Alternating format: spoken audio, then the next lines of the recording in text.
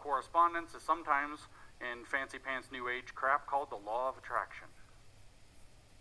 When you get your vibes right using the principle of correspondence, other vibes will match up with you and you'll get what you want. If you get your vibes right that you're actually a rich person, the universe in turn, as below so above, will vibrate as you being a rich person, and then it'll come back to you and you're a rich person. The law of attraction. Remember how huge that was? How faddish that was? How much that implanted into people's minds that maybe this is how things work? It's the principle of correspondence from Hermeticism combined with the principle of vibration from Hermeticism. It sounded New Agey. It is. Again, the full statement of the principle of correspondence is as above, so below, as below, so above. I actually saw a guy on an airplane one time with that he had a satanic symbol on the back of his hand, and tattooed in a circle around it was as above, so below, as below, so above. Kind of funny. Or not funny. I don't know. This is the Ouroboros. This is the snake eating its own tail. This image is their cross. It is their key religious icon. I don't know if we loaded the graphic finally, but if we did, put it up. If we didn't, don't. It can stay up the rest of the talk as long as I can see a clock. The Ouroboros, the snake eating its own tail, is their image. It's one of their key religious symbols. As Hegel called it, the circle that runs back into itself, presupposing the beginning as it reaches in the end. So we're focusing here on as below, so above, not the whole thing. Why? Because we're below. That's where the action is, or the activism is. Marx's big insight was to use the Hermetic principle of correspondence from the below. Hegel was an idealist. He used it from the above. The goal, if you want to change the world, not merely to understand it, is to use it from below. He stood Hegel on his head. It's exactly what he said. He took his Hermetic magic and turned it upside down. Not as above, so below. That's a consequence. Every effect has its cause. Every cause has its effect. No. As below, so above. And then the above will change and the below will change. And that's where we live, so that's what matters. That's Marx's sole interesting insight in wizardry. So as in society, so in man. That's as above, so below. As in man, so in society. As goes the SBC, so goes the American Church, and as goes the American Church, so goes the SBC. If you want it there, like Andy talked about earlier. If you want it straight from Marx, he had these concepts called praxis, that's activism, and inversion of praxis, that's consequences of activism, in a sense. Or society creates man, that's the inversion of praxis. You are socially conditioned by your society, and man creates society through his praxis or his activism. Man creates society, creates man, creates society, creates man, creates society, snake eating its own tail. Marx understood that if you want to change the world, you start at the tail of the snake. Why? Because the head will always chase the tail and then consume it, and then become it. And you can kind of grab the tail if you want to stick with the metaphor. But the trick is, the head and the tail are in the same place. They're actually the same place. So if you control one, you control all, but you get to control one, and the one in return controls you. If you move the tail, the head has to go where you've moved the tail, because it consumes it. And then as it goes around, it whips the tail back around to the next place. If you picture the snake, instead of being a circle, is doing this as it goes up a staff or something, you get the picture of the two-dimensional dialectic, the spiraling through history to the point where there's no distinction any longer. These are, again, all of these Hermetic principles I just read: rhythm, polarity, vibration, and obviously correspondence. Opposites are the same, different in degree. Head and tail. Tail is on a lower level, the head is on an upper level. You get the kind of gist. The cause and effect principle. You cause a reaction, then you take advantage of the effect. So as below, so above is what is meant by praxis. Praxis is a fancy word that means as below, so above when we're in the Marxist Hermetic faith. You transform the lower state of the world to cause a transformation in the higher state of the world. That induces a reciprocal change in the lower state, which actualizes it. And so you get back to the idea, not the real, the actual. The hyper-real becomes actual and replaces the real. Mere simulacrity comes back again. The inversion of praxis is as above, so below, which is that your activism causes changes in society, and then society makes that a social construction that makes it real, or actually reifies it, which means that it's made to seem real even though it's not. And George Lukács complained about that in length in History and Class Consciousness, saying that that's what the bourgeoisie does. So of course the Gnostics have to take it over because they know how to do it better. The higher state that Marx and all these Marxists and the woke want is that they get to control, to push us to the higher state of understanding and being, which is a community, or communism. And Marx is very, very, very clear that his system is a system of praxis. It is not an idealistic system. That's why he critiques Hegel so vigorously. It's a system of activity, of activism. Activism is required. You are not doing woke if you're not doing woke activism. It's a lifelong commitment to self-criticism and activism. Philosophers hitherto have sought to understand the world. The point is to change it. So just as a kind of an aside, what is the UNWEF's goal, the UN World Economic Forum's goal? What are they? They were going to reset the economy to a sustainable and inclusive future. And what's the shape of the economy? A circular economy. If I might swear in a church, an economy that eats its own shit, or a snake that eats its own tail. It's an economy that is meant to operate off of its own waste. I don't have the video, you can go find it, of Bill Gates drinking a glass of water that was squeezed out of his own poop. Out of some gigantic machine. So this is where we find the relevance of hyperreality. You have to simulate to create. Fake it till you make it in Hermeticism. It's creation through simulation. You create the actual to replace the real. Creation, magic through the principle of correspondence, which Marx understood. If you want to affect the world, you start at the tail.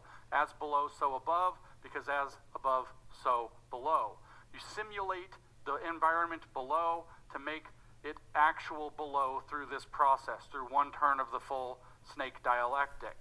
It's funny that it's a snake doing the dialectic.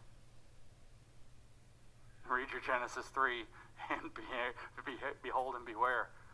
You have to knowingly make a simulacrum of what you want the world to look like in order to make that become actual through magic, which in real life means tricking people and enforcing them eventually. Socialism is a simulation of communism. It's an enforced political economy which shares our justice so that citizens are made equal. Turns out to be the same definition of equity. And if you force socialism long enough, it becomes automatic and becomes communism. You simulate communism until it becomes reified and becomes communism. You simulate equity and eventually it becomes justice. You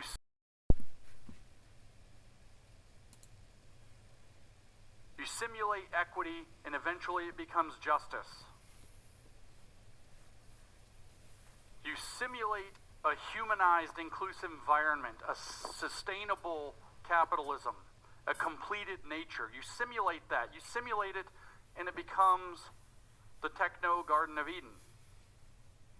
You simulate environmentalism, and you end up getting sustainability. You simulate socialist man through new Soviet man, party man, or through critical man, or through woke man. And you end up with socialist man on the other side who has nous, or new man, or absolute man. Or somebody will cut their genitals off in order to make themselves into what they think they're supposed to be. You turn them into a person who has acquired nous. What did Marx say about humans? It makes them special. Man is incomplete and he knows he's incomplete. And here's a process by which we can complete him. The last part I'm adding. Transhuman man. That's the lower. We start putting chips in our robots and cyborgs in our body, plug into the internet, gain 30 IQ points or whatever it is, what do we become? You simulate Homo Deus, God-man. We raise ourselves from the human plane to the etheric plane, 4 to 5. Just one more step. Upload your consciousness fully, leave the world behind entirely, we go to 6, the astral plane. Eventually that just becomes pure spirit when we all become one. But in simulation, we only become one in the metaverse. And that allows us to begin to properly self-beget as a species at which point we get to become God. You simulate through this internet of brains or bodies or things or just the internet a world brain that will eventually manifest as God. You simulate a transitioned body that will eventually reify as a transitioned person. When does a person become a trans person? When does a trans woman become a woman? Never. But in hyperreality and simulation, the trans person becomes trans when society accepts them as such. In hyperreality, they are trans when everybody acknowledges their trans status. So they must repeat the slogan, trans women are women, trans women are women. It's a magic spell to invoke that through social reification, which is a simulation that becomes actual through full acceptance of everybody sharing the same mind about that situation. In every single simulation, it just so happens that the simulation is rigged up so that it's to their advantage to operate within the simulation. Marx claims that this is demystifying reality, which is why I say the iron law of woke projection never misses. It is mystifying reality, very profoundly mystifying it. Here's a concrete example from communism, from a CCP struggle session in a thought reform prison documented by Robert Lifton from a prisoner named Dr. Charles Vincent, who was imprisoned in the early 1950s and spoke with Lifton almost immediately upon his release from prison and exile from China. This is how Dr. Vincent explained his prison experience in a communist struggle session prison. You have the feeling that you look to yourself on the people's side and that you are a criminal. Not all of the time, but moments. You think that they're right. I did this. I am a criminal. If you doubt, you keep it to yourself, because if you admit the doubt, you'll be struggled and lose the progress you have made. So they'll torture you if you don't, psychologically torture you. They didn't usually beat people up much in the Chinese prisons. And lose the progress you have made. In this way, they built up a spy mentality. They built up a criminal. Then your invention becomes reality. You feel guilty because all of the time you have to look at yourself from the people's standpoint, and the more deeply you go into the people's standpoint, the more you recognize your crimes.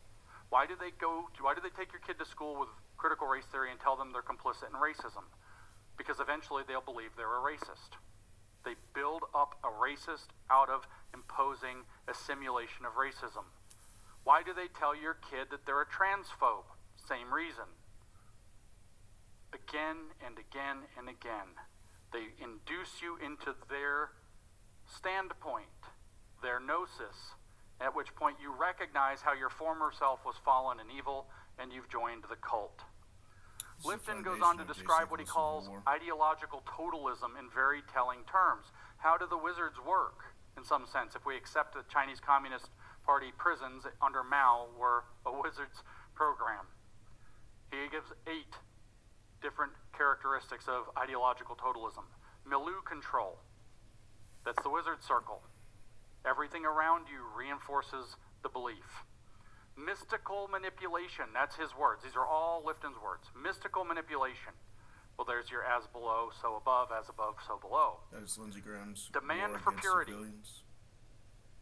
That's a big theme we didn't talk about in Hermeticism. You can only ascend if you're actually pure. We actually heard that in the Corpus Hermeticum, the 7 lower planes, all of the impurities you have to give up before you reach the 7th. First one being your body. The cult of confession. We have to confess because you have fallen through yourself. There's other word. The sacred science is impressed upon you. This was written in 1962. He said that ideological totalists impose a sacred science on you. Wissenschaftlicher Sozialismus, a scientific socialism. Vernunft, noetics, all of these funny words. How do you get there? Loading the language. Well, there's your word and thought magic. Controlling the dialogue, controlling the discourse, controlling the words, the meaning of words. Doctrine over person. That's your return to whole. We all become whole when we all have the same doctrine, the same mind. The doctrine is a simulation of the mind you're supposed to have after you're transformed. Indoctrinating you simulates your transformation, which is programming or reprogramming, thought reform, or brainwashing. And then finally, the dispensing of existence. In other words, the return to whole. The Gnostic jailbreak from the prison. Lifton, writing this in 1962, probably had no idea, I'm going out on a limb saying that he was describing the application of esoteric faith when he was describing Chinese thought reform prisons, but he was. And a lot of you probably have been struggle session. I've gone through it. How does it work? They seize control of the psychological framing of you through struggle, through relentlessly criticizing you and forcing you to try to escape that pressure by criticizing yourself and apologizing and accepting their framing that you're a racist or a sexist or whatever awful thing. They negate your reality, the reality of who you actually are. Dr. Vincent in the prison said that they annihilate you, and you constantly feel the fear of annihilation. Then they impose a new interpretation of you into you, whether it's criminal or racist or transphobe or bourgeois. Then they struggle you, psychologically abuse you, gaslight you, tell you they're helping you until you begin to accept it. And then they force you to accept it by confessing it. And they do it over and over and over by telling you your confessions weren't sincere enough. And when they're finally convinced that you believe it, it becomes reified. Then they let you out of prison and kick you out of China. When you truly believe that you're a criminal against the people, you are one. And you've reformed. And you cooperatively become a communist or get kicked out of the country. That's how it works. All of those abuses at your workplace, at your kid's school, online, that's what they are. That's what they're for. That's how they work. It's hermetic magic. And the driver of all of this is the secret specific gnosis. The belief is that the bad image of the divine mind or plan, a bad copy has to be made manifest in simulation until society accepts that it's real and makes it real by everybody accepting it. In other words, by adopting it as a hyper-real counterfeit. Hyper-reality is the fully actualized image of what they imagine the divine mind has in store.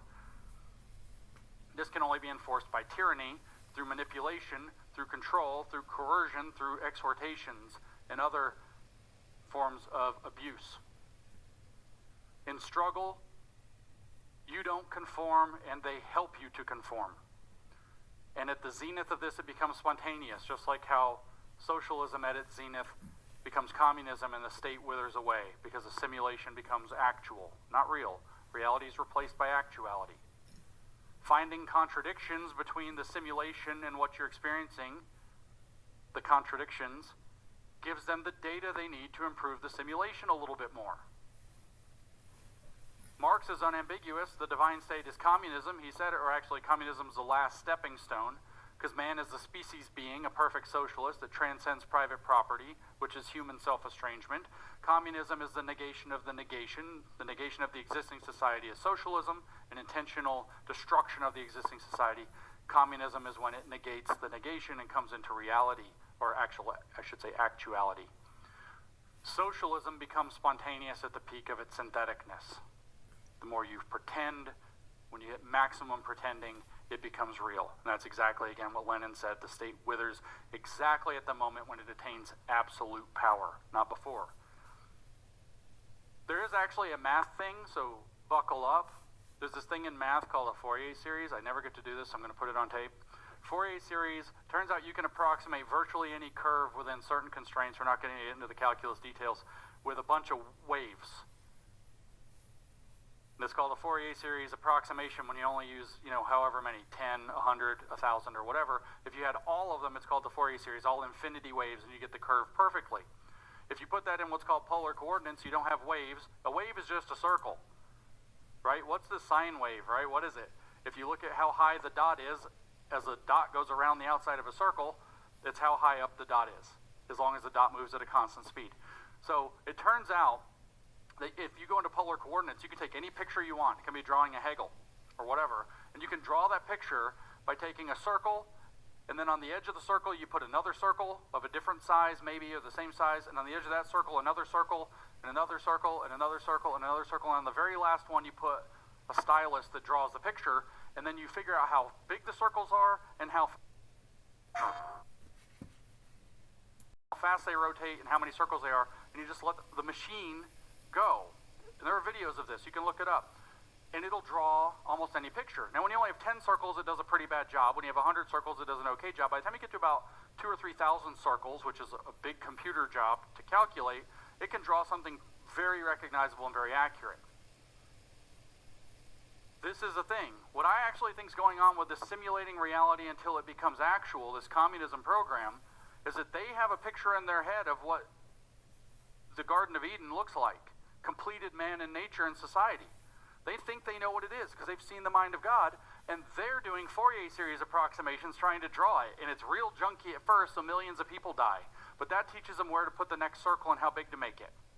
And then millions more people die, and they say, whoops, well, at least we got another circle. So it was for the greater good. So it was really bad, but it wasn't evil. We escaped evil because we learned to draw another circle.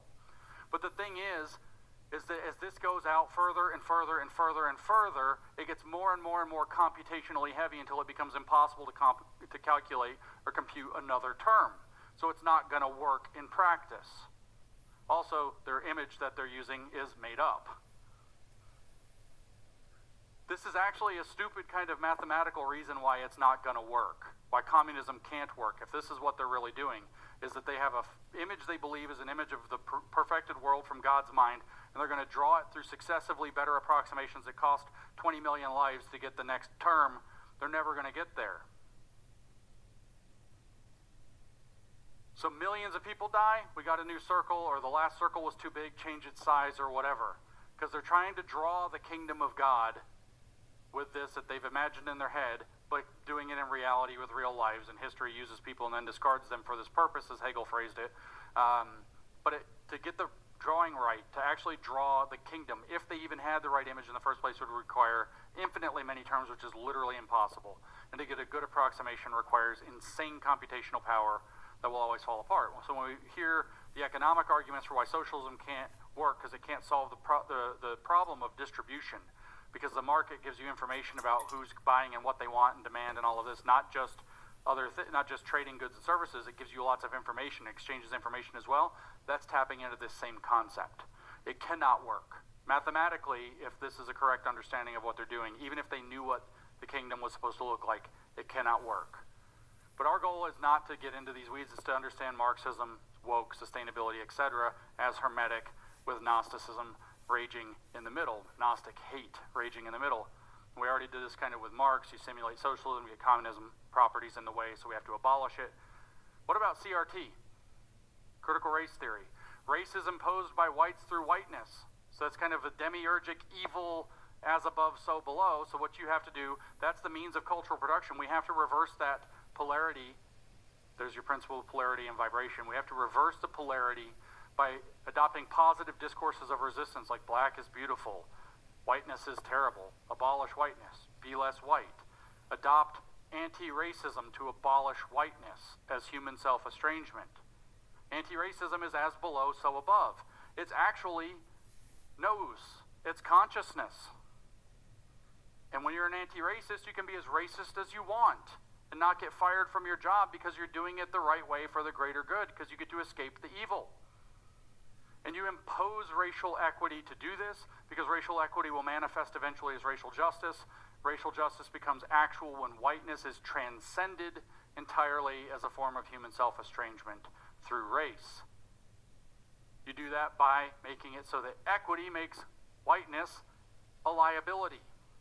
Whiteness happens to be inextricably tied to white people, so it's intrinsically racist, but it's not evil because the Gnostics get to escape evil. And what do you get to impose? An inversion of racism. Racism standing on its head. Anti-racism. Get it? It's not racist, it's anti-racist. We used to say reverse racist, but it turns out it's anti-racist. It's a racism that points in the anti-direction. What they call a positive discourse of resistance is hermetic self-begetting. You're seizing control of the means of your own production, first in simulacrum or simulation, later through social reification. This is exactly how CRT operates, even if the people doing it don't understand it, because this is their operating system that they've adopted through this long chain of things that have hidden that it's an esoteric religion. This is even more visible in trans. The Gnostic interpretation and the Hermetic interpretation are slightly different. Gnostic is the motivation, Hermetic is the process. So what's a Gnostic interpretation of the body? It's a prison. You were born into it. You didn't ask to be born into it, you were flung into it. Thrown into your being. And then some doctor, which is a bourgeois authority, came along and assigned you a sex at birth.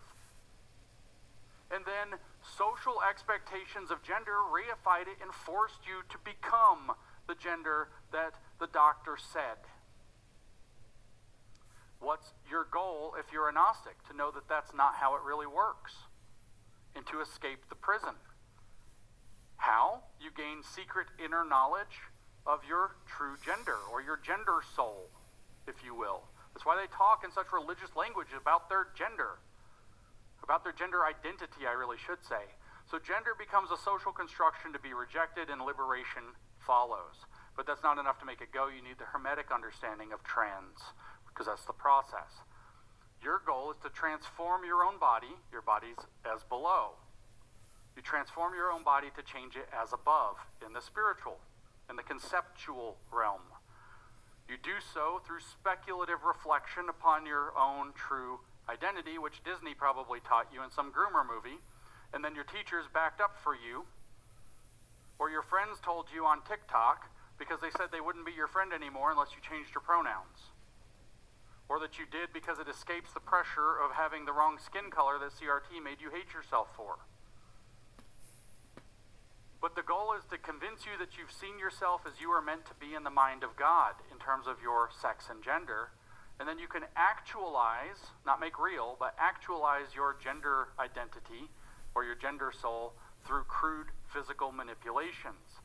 And when you force society to accept the crude material transformation by saying it's transphobic not to, down to the point of saying you have to have sex with a trans person, regardless of whether or not you like that, regardless of whether or not you're straight or lesbian or whatever would make it not apply. And that you have to fight transphobia at every turn, including by accepting this. When you get society to accept it and to reify your gender through affirmative care, gender affirmation, then ta-da, you're a girl.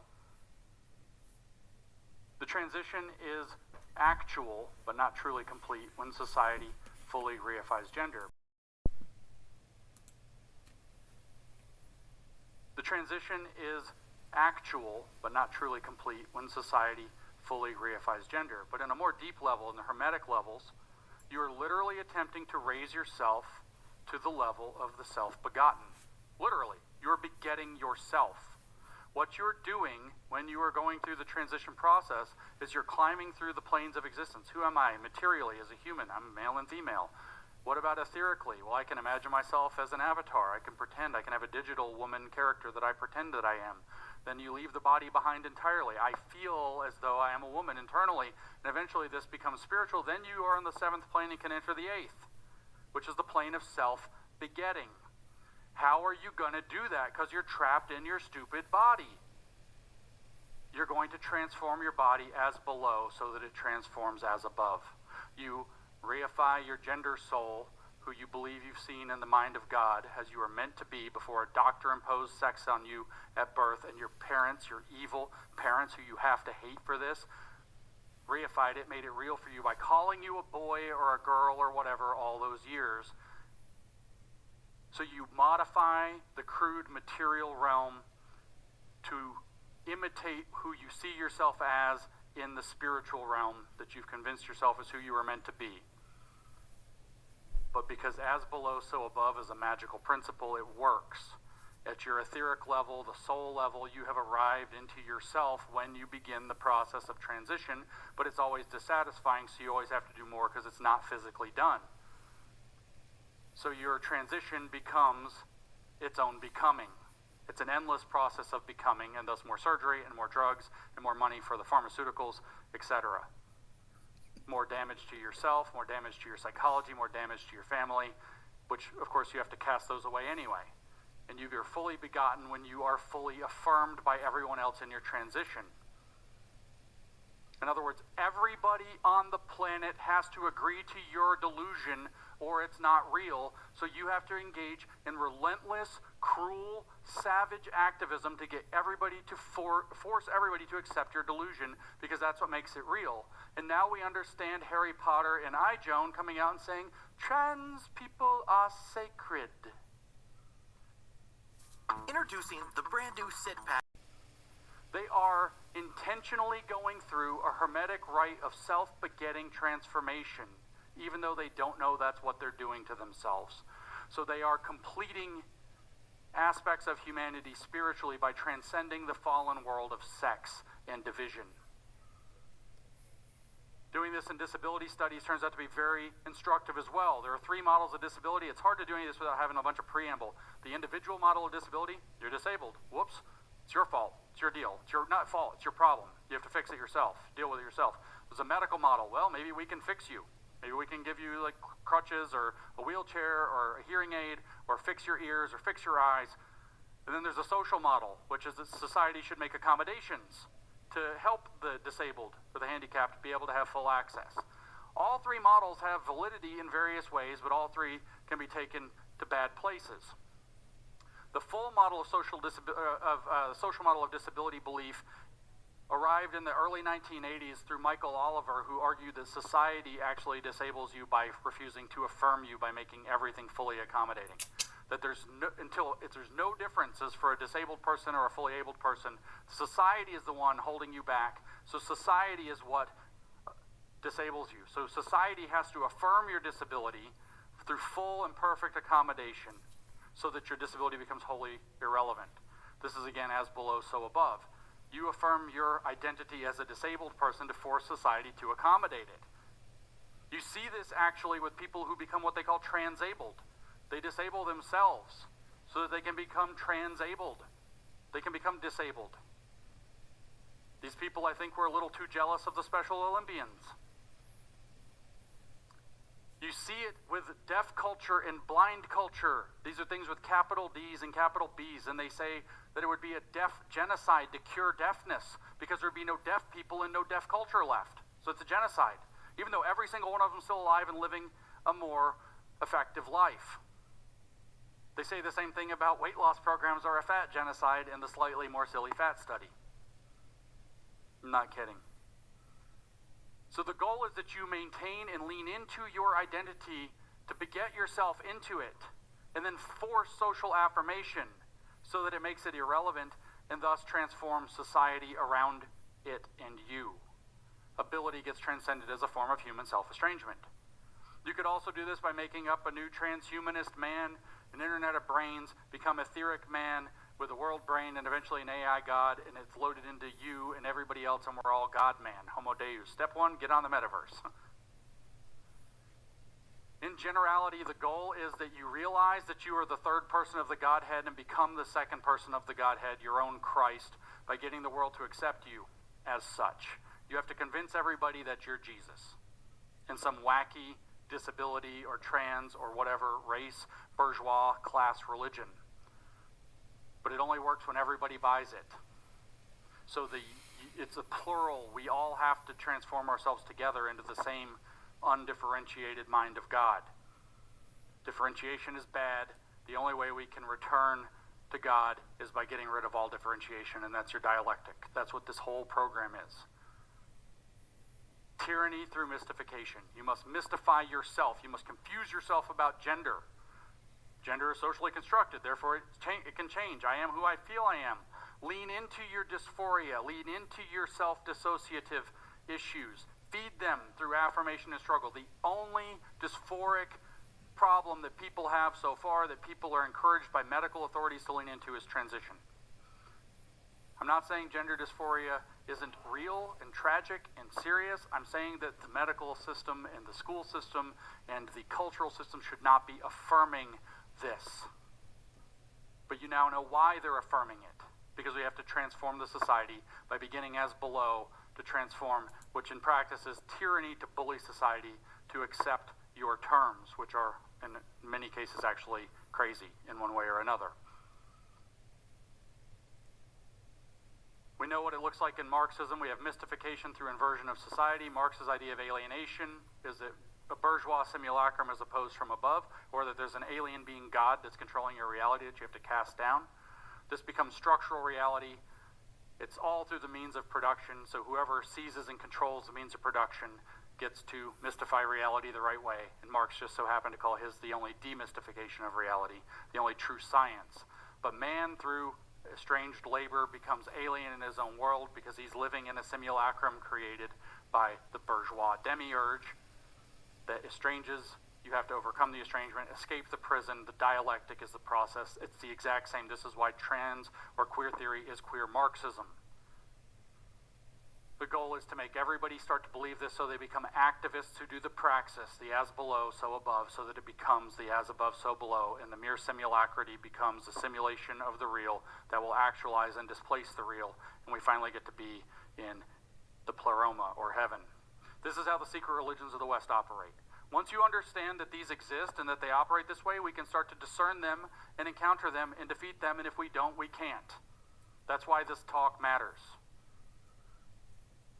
What we're facing with the woke or the WEF and the whatever is the largest, most dangerous, most tyrannical cult startup in human history that seeks actually to finally take the step of abolishing and sublating, as they call it, humanity itself, to transition us from the fourth plane to the fifth, the human to something above human as they see it, etheric, if you will.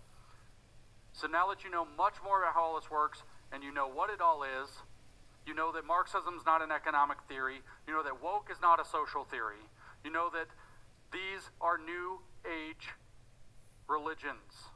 They are esoteric religions. In fact, your new agers aren't even just goofs. They're duped into playing along in tremendous evil, as Christians have been keen to understand but maybe couldn't put language to before. This is dangerous. We have decentralized initiate cults through the manipulations of language, loaning the language, as Lifton had it. That's how they recruit members. You become a member of the cult without even knowing you're a member of the cult, merely by knowing the lingo and accepting the framing that it carries with it. That makes you initiated. Then you help the other wokes. So the warning of this conference, we're going to finally close. The warning of this conference has been that we are constantly invited to live in different versions of a mere simulacrity. A simulacrum of science, or a different simulacra of it. A simulacrum or various simulacra of Christianity or our other faiths that are slowly being tied together into one cohesive system they believe will complete man, nature, and society. When we live in the frame they produce, when we live in or accept or operate within and fail to discern one of these simulacra, we're in the wizard circle, and as Eric Vogelin correctly said, at that point we are lost. So our goal has to be to escape the wizard circle and to help other people escape the wizard circle, which will cause the entire internet to say, haha, James just gave a talk on Gnosticism and how bad it is, and he said that he said exactly the Gnostic thing, that we're being imprisoned and we have to escape it. The iron law of woke projection never misses. They'll try to throw at me, but it's because the iron law of woke projection never misses. They've cast a wizard circle on us, and if they can make you believe that it's not one, then you won't try to escape it. That's Marx's mystifying and demystifying trick all over. His alone is science. His alone is demystifying. The way to get out and to help others out is to learn to reject the framing. It's all a framing game. They control the linguistic framing through discourses and postmodernism, loading the language. They control the knowledge framing by deciding what knowledges count and what knowledges don't, ways of knowing and other ways of knowing. They control the psychological framing through gaslighting us, through struggle sessions, through making you feel like you don't fit in or that you're a bad person, through whipping up tornadoes of shame and guilt and sucking you into them until you transform your psychology to be in line with their program. They control the moral framing by saying things like that the right wing is intrinsically bad, or this is bad, or you're associated with bad, and guilt by association, and you're a bad person if you're not going along with them. In fact, everybody's evil except them because their magic allows them to avoid evil while they intentionally do it. Rejecting the framing is breaking the circle, and we call it red pilling. We have to red pill everybody that we can. You do that by getting them to see, if you will, if you think of the wizard circle as that bubble, there are cracks. There are places where the image isn't quite right that they've cast. When they see the gap and they can see reality for a second, that's where a red pill goes. That's what gets them. It's very hard to induce in somebody, but when it happens, it's very easy to help them see what actually happened and help them break out of that framing. What this boils down to is having enough people to overturn their systems, to get good people in positions of power and office that will serve faithfully, and to make it so that we aren't just going to trust the programs they're throwing on us. I was on a plane once talking to a guy, and he's like, yeah, they're electrifying everything in car industry and changing all the roads and all. And then at the end, this is the worst news I ever got. This guy says his whole thing is sad about it. He's upset about it. I don't want to deal with it, all this stuff. Very negative. And then he says, well, that's what they're doing. We just have to adapt to it. No, you don't. Do not adapt to what your abuser is giving you. Reject your abuser. And that mentality has to be brought to more and more and more people. We need a critical mass of people who won't go along, who will say no, and will understand what's happening to them, because then they can help other people, and it becomes too heavy so that they must delegitimize themselves totally by force or give up. They've conjured a golem, if you will, to force a simulation of heaven onto us, and our goal has to be to make that golem too heavy, too janky, too broken, too stupid to do anything but fall apart at the moment it tries to pull the trigger. That's what we have to do. We have to understand these things to do it, and if we do, we can win.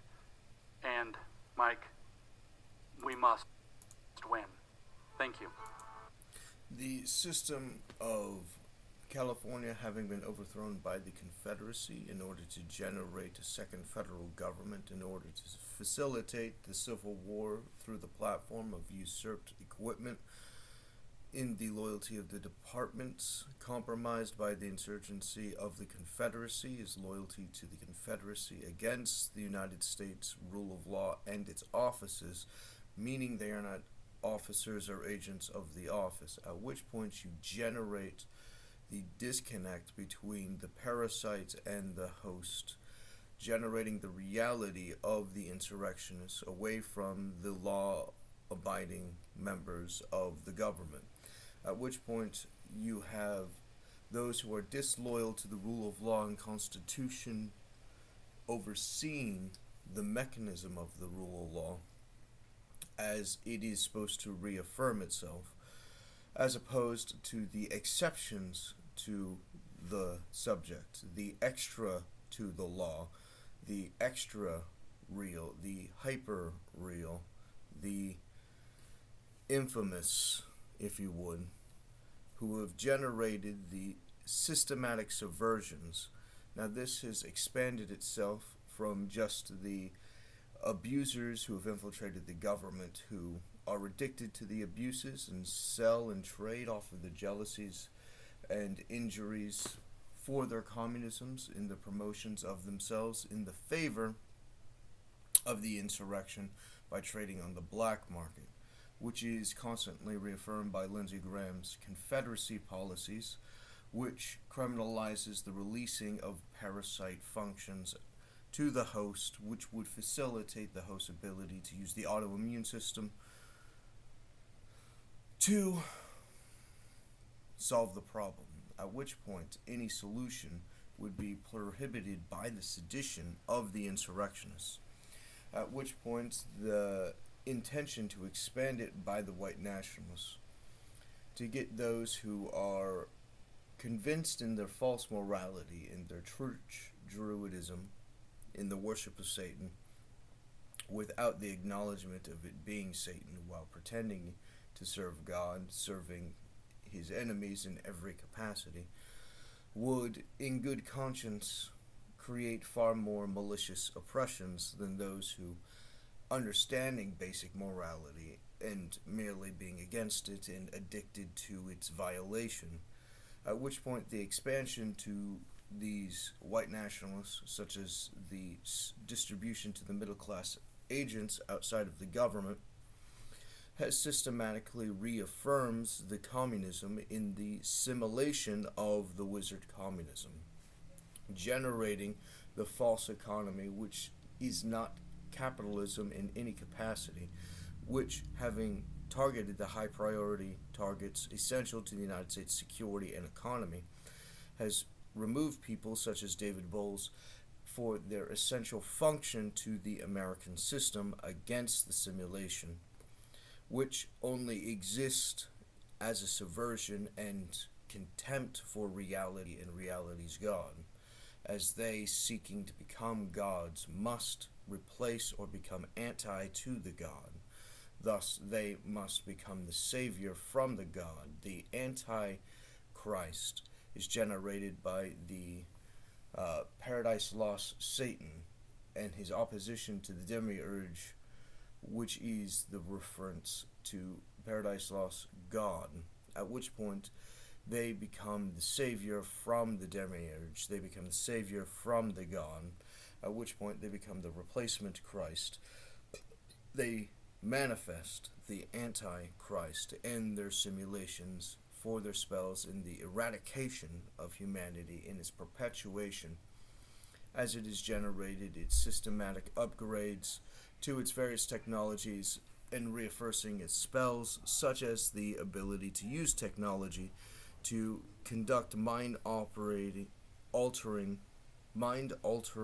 operations, such as drugs or the use of physical equipment, such as the equipment of the radio waves, which were used to kill monkeys by shooting the radio waves at the monkeys' brains, generating the death from the manipulations as they seek to consistently control the mind in order to compel a plastic forming the unchanging aspect of the brain to reaffirm the final saved point of the brain as they socially engineer the conclusion, such as their control over the black community and the enforcement of their desire to manufacture communism, which they, hating communists, use as a distraction to reaffirm their white nationalism against the black community by its affirmation of the communism, facilitating their systematic social engineered weaknesses, generating their catastrophic failure and collapse